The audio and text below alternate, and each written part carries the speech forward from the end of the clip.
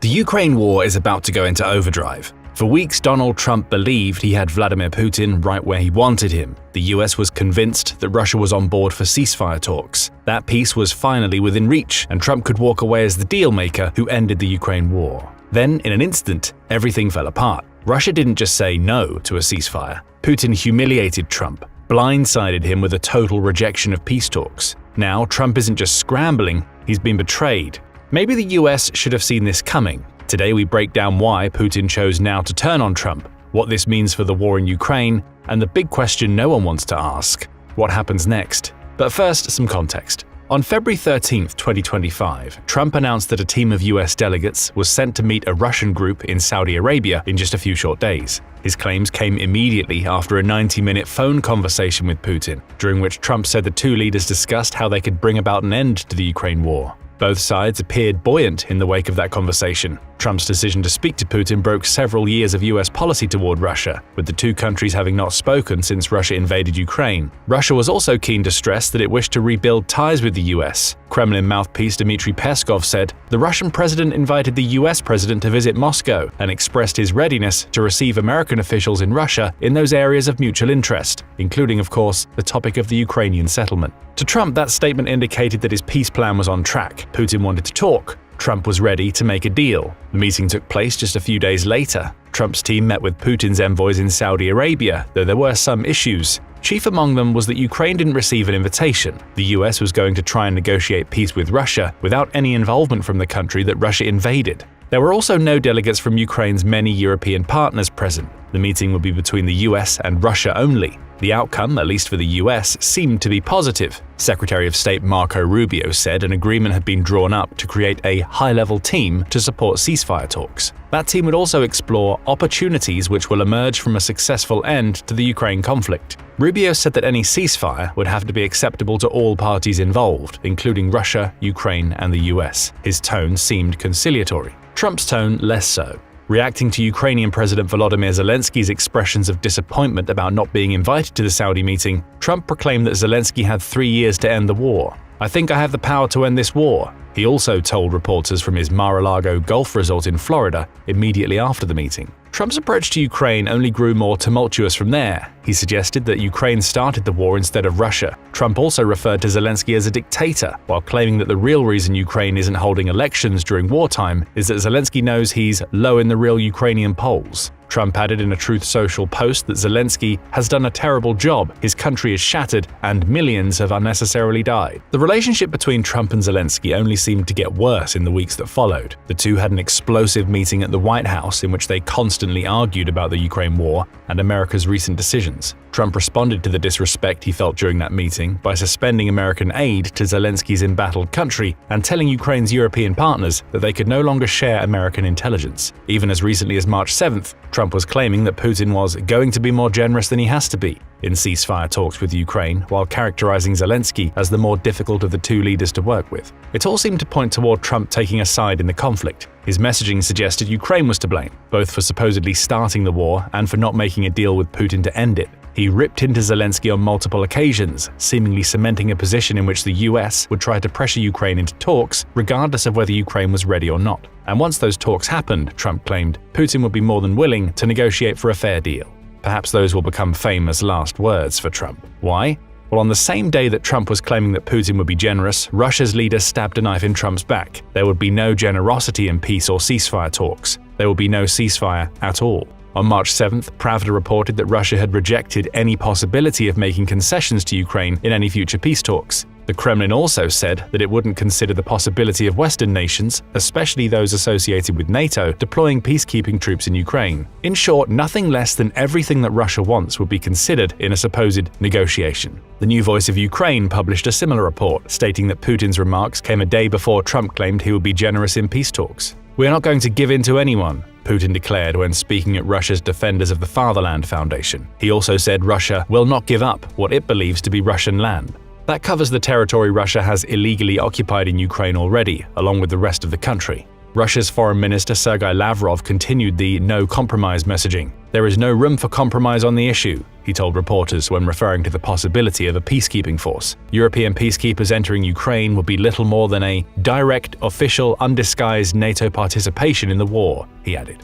The comments were a betrayal of everything Trump thought he knew about Russia's approach to a ceasefire. While he touted Putin as generous while calling Zelensky difficult, Russia was flat out refusing to accept any sort of compromise or peacekeeping forces on Ukrainian land. Every strategy, beyond complete Ukrainian capitulation that Trump might have had, was suddenly out of his hands. Russia was no longer willing to negotiate. Instead, it was taking advantage of the moves Trump had made to build trust with Putin in the days leading up to the Kremlin ceasefire announcement. Almost immediately after Trump announced the withdrawal of aid from Ukraine, Russia went on the attack. Waves of assaults left 20 Ukrainians dead after Putin intensified his attacks in the Donetsk and Kyiv regions on March 7th. A day later, Russia fired 2 ballistic missiles into the center of the frontline town of Dobropilya, igniting a fire that engulfed a 5-story building and killed 11 Ukrainians. Then, as rescuers rushed to help, a third strike specifically targeted them.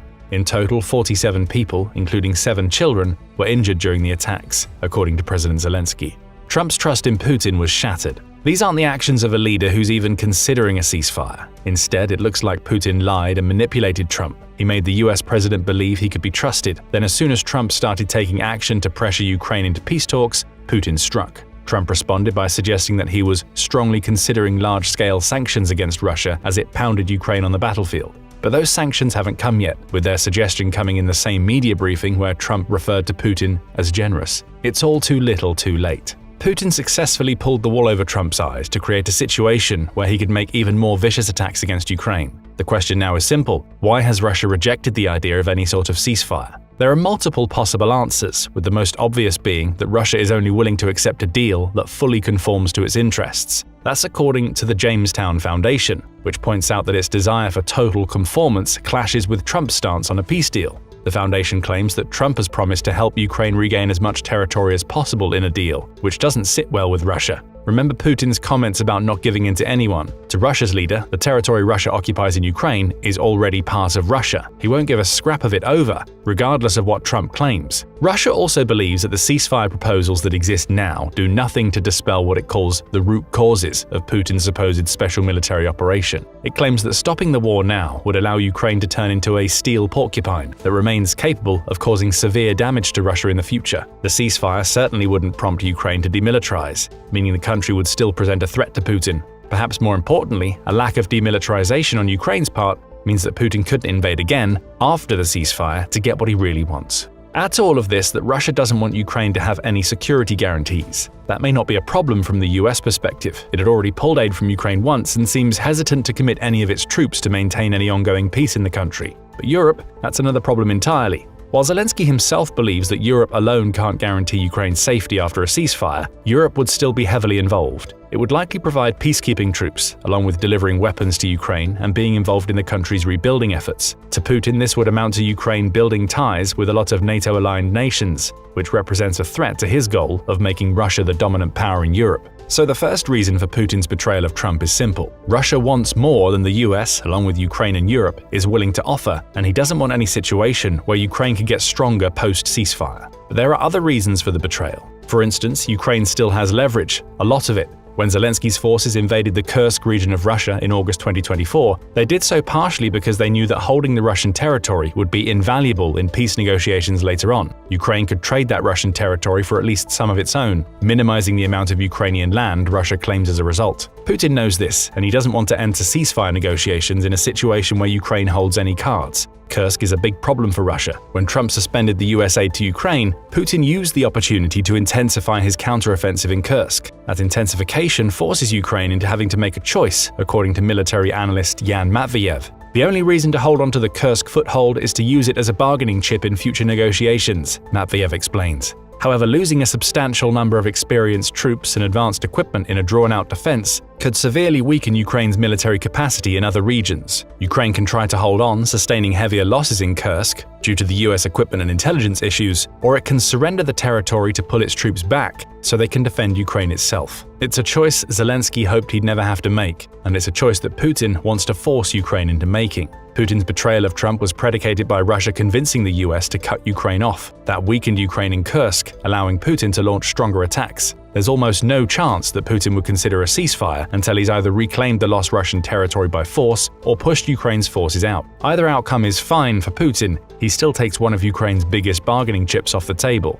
Russia's frozen assets might also enter Putin's thinking when it comes to Ukraine's leverage. Right now, several countries, including the US and Canada, along with the European Union or EU, collectively hold around $300 billion in Russian central bank assets. Those assets have been frozen since Putin invaded Ukraine. Like Kursk, they represent a key bargaining chip for Ukraine. Zelensky could use the unfreezing of those assets to essentially buy back some of the land Putin stole from Ukraine. That's unacceptable to Putin. His refusal to consider a ceasefire may also include his desire to see those assets restored to Russian control. Anything less than that would be unacceptable, meaning the war has to go on. So Putin doesn't want Ukraine to have any leverage if and when Russia enters ceasefire talks. But we also have to consider what Putin does want as another reason for his betrayal. We can boil those desires down into two categories: land and what the land contains. On the pure land front, the Center for European Policy Analysis, or CEPA, argues that it's impossible to discuss any sort of peace with Putin. CEPA's reason is simple. Putin's invasion of Ukraine was less about defending Russia and more about restoring an empire.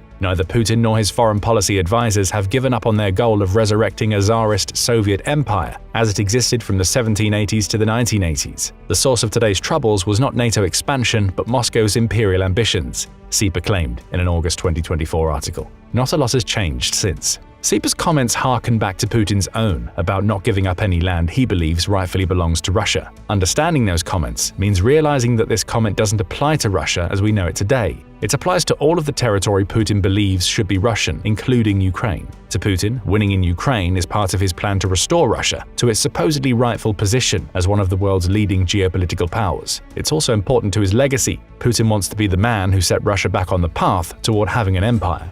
Oh, and there's also the money to consider. A lot of it. That's where what the land contains comes into play. Ukraine is home to 22 of the 34 minerals that the EU classifies as critical. It's also home to deposits of rare earth elements, or REEs, which collectively are a group of 17 metallic minerals that are used in modern defense, aerospace, renewable, and electronic technologies. All told, Ukraine's critical mineral reserves amount to 5% of the world's entire supply, with rare materials including titanium, lithium, graphite, cerium, and lanthanum all to be found in Ukraine. The BBC digs deeper. It points out that Ukraine has deposits of around 20.9 million tons of graphite, which is a material that ranges in price between $2,000 and $4,000 per ton. At the maximum price, that means Ukraine's graphite deposits amount to a potential $83.6 billion of profit for anybody who can fully exploit them. Ukraine also accounts for 7% of Europe's titanium supplies, about a third of its lithium, and significant deposits of metals including zinc, silver, and copper.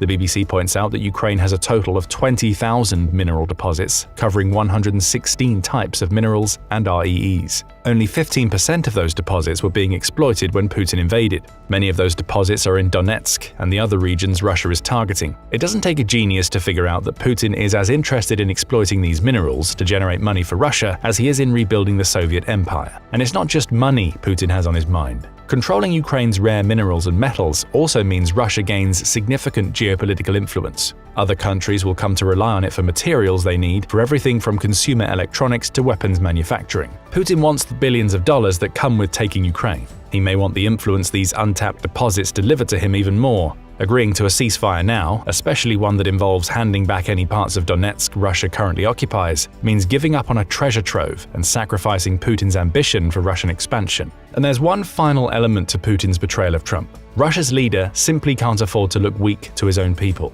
When rejecting the possibility of a ceasefire, Putin also declared 2025 as the year of the defender of the fatherland. His message was simple. This is the year where Putin keeps all of the promises he made to the Russian people. Since his invasion, Putin has positioned himself as the only man capable of defeating Ukraine and returning it to the fatherland. When Ukraine invaded Kursk, he masked the massive shot to his position as a strongman by repositioning himself as Russia's defender. To Putin, stopping the Ukraine war right now would mean admitting to his country's people that Russia, and Putin by extension, isn't powerful enough to defeat a much smaller nation. Concessions also make Putin look weak to Russia's political elite. That's dangerous for an authoritarian. A perceived lack of the authority that makes Putin's leadership possible opens the door for others to gain the trust of the Russian people. Of course, Putin tries to preemptively deal with this issue.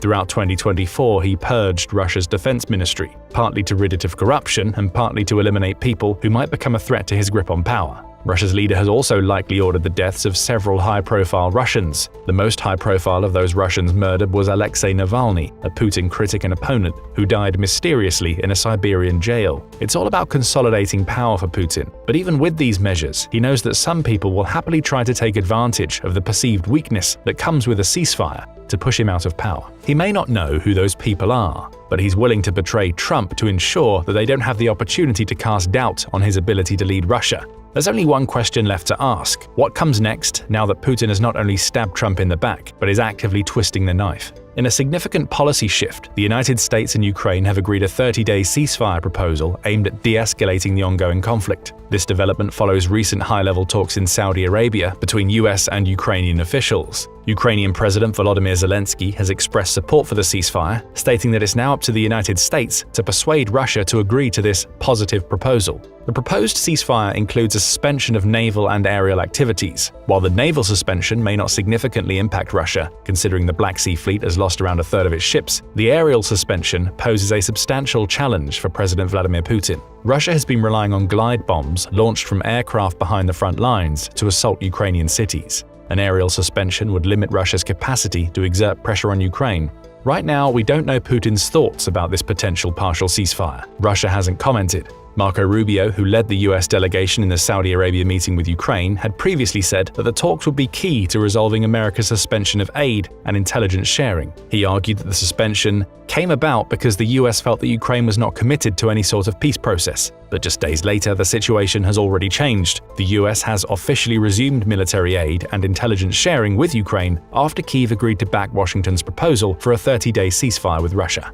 Rubio stated that the US would now take the ceasefire proposal to Russia, putting the ball in Moscow's court. Our hope is that the Russians will answer yes as quickly as possible, so we can get to the second phase of this, which is real negotiations. Whether that happens remains to be seen. But when coupled with Putin's betrayal of Trump, Ukraine's move may be enough to convince America's president that it's time to throw his support behind Zelensky once again. The question now is, can Trump still push through a ceasefire? Let us know what you think in the comments, along with telling us your thoughts on Putin's betrayal. And remember to subscribe to the Military Show for commentary on the latest developments in the Ukraine war. Now go and check out Europe Will Go to War with Russia if Trump does this, or click this other video instead.